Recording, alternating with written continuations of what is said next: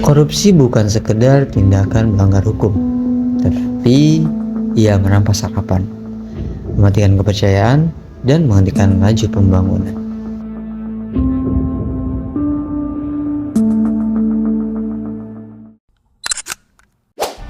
Inilah kontribusi Badan Kesatuan Bangsa dan Politik Karawang dalam menjaga integritas, membangun kesadaran, dan mencegah korupsi.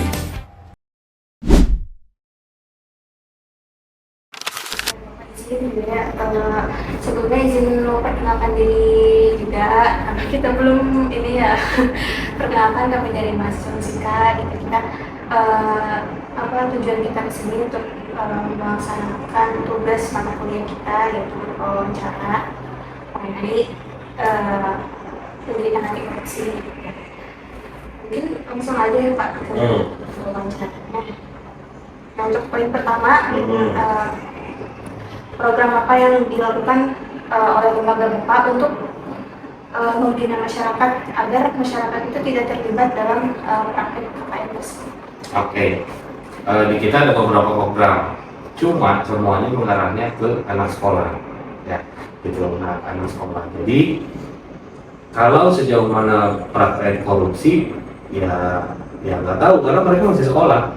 Itu belum yang kerja. Paling yang bukan anak sekolah adalah pembinaan dan pemberdayaan ormas yang tujuan dan maksudnya sama, agar ormas bisa mandiri, begitu namanya. Nama programnya pembinaan dan pemberdayaan ormas, gitu. Pembinaannya bagaimana? Pembinaannya itu nanti kita arahkan tentang ideologi negaranya, wawasan kebangsaannya, dan nanti diberdayakan dimasukin ke BLK, gitu. Nah, di BLK itu mereka nanti dapat pelatihan. Ketika mereka dapat pelatihan, nanti mereka dapat sertifikat.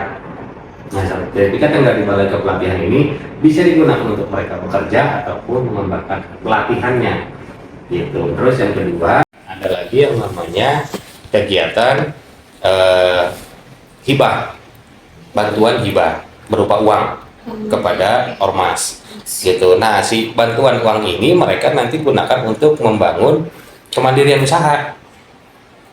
Nah, basicnya dari mana? Dari pemberdayaan ormas tadi, gitu. Jadi pemberdayaan ormas ini ketika dapat sertifikat, membuat badan usaha milik sendiri, akhirnya bisa mandiri dan berkompeten karena punya legalitas dari BLK tadi, gitu. Jadi saling berkaitan lah. Gitu. Lanjut, ada lagi? Untuk yang selanjutnya itu sejauh mana keberhasilan dari program tersebut gitu? Nah, keberhasilannya alhamdulillah sampai hari ini program tersebut masih jalan dan masih dikembangkan menggunakan inovasi-inovasi. Inovasinya belum bisa kita ceritakan sekarang karena masih digodok ya, masih disusun dulu.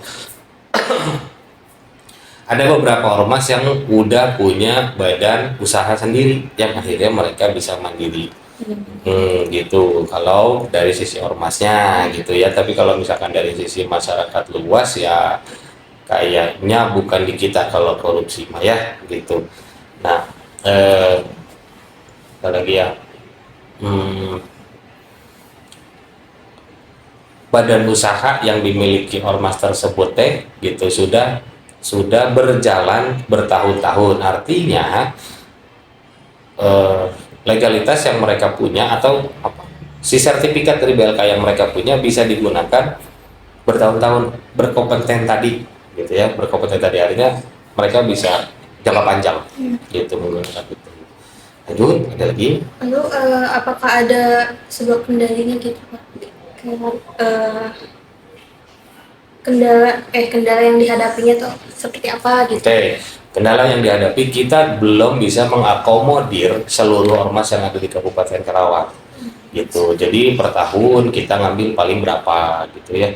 Kenapa begitu? Karena terlalu banyak, gitu. Ada 400 besar lah, gitu. Ada 400 besar ormas yang tercatat legal di Kabupaten Karawang. Nah, kalau misalkan kita mengakomodir semuanya ke BLK dalam satu waktu, sepertinya tidak mungkin karena keterbatasan anggaran, gitu. Tapi mudah-mudahan dalam waktu yang cepat kita bisa mengakomodir atau memfasilitasi, gitu ya, memfasilitasi si kegiatan itu gitu ya. Mudah-mudahan bisa berlangsung lebih panjang gitu. Terus jadi upayanya bagaimana tuh ketika menghadapi kendala Oke. tersebut? Nah, di sini teh ada yang namanya sub kegiatan ya, sub kegiatan. Nah, sub kegiatannya itu adalah pencatatan atau registrasi. Nah, registrasi legalitas ormas. Jadi misalkan kalau ada yang mau membuat membuat ormas ya gitu, organisasi. Nah, legalisasi yang awal itu ada di kita gitu. Jadi legalitasnya ada di kita, nanti kita catat untuk menghimpun ada berapa data yang ada di Karawang biar kita bisa mengakomodir perhitungannya lagi gitu. Berarti kan ada ormas yang bertambah gitu. Nasihat apa yang bisa Bapak sampaikan kepada kami gitu, selaku penerus bangsa? Oke, siap. Kalian ini kan kader-kader terhebat Indonesia ya gitu. Jadi nasihat dari saya mah yang pertama, jangan apa ya, ini yang saya rasain ya, yang saya rasain ketika di usia kalian, saya tidak bersyukur. Jadi perbanyak bersyukur gitu ya. Jadi jangan terlalu ambisius. Saya tahu anak muda ambisinya seperti apa gitu, jadi jangan terlalu ambis lah gitu ya gitu.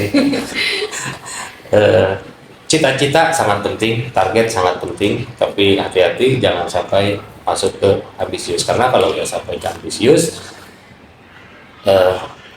ideologi negaranya itu ya. Kenapa begitu? Karena berhubungannya nanti sama harmonisasi antar masyarakat. Iya. Gitu kan, juga apa, orang ambis mah gitunya. Gitu. Gitu intinya sih, apa yang kalian sudah capai sampai hari ini syukuri aja, jalani aja gitu ya. Yang paling penting untuk bekerja kalian harus berorientasi hasilnya bukan hasil keuangan tapi hasil pekerjaannya, selesainya berapa persen atau kebagusan selesainya bagaimana gitu. Tapi kalau untuk finansial atau keuangannya jangan berorientasi hasil, karena yang dilihat itu adalah proses ya gitu. Jadi setiap hari kita akan berproses, setiap hari kita menanam, entah kapan itu kita akan ambil tanamannya. Mungkin itu saja Bapak, terima kasih juga sudah meluangkan waktunya, terima kasih atas semua jawaban-jawabannya dan nasihatnya. Itu Pak, terima kasih. Itu saja.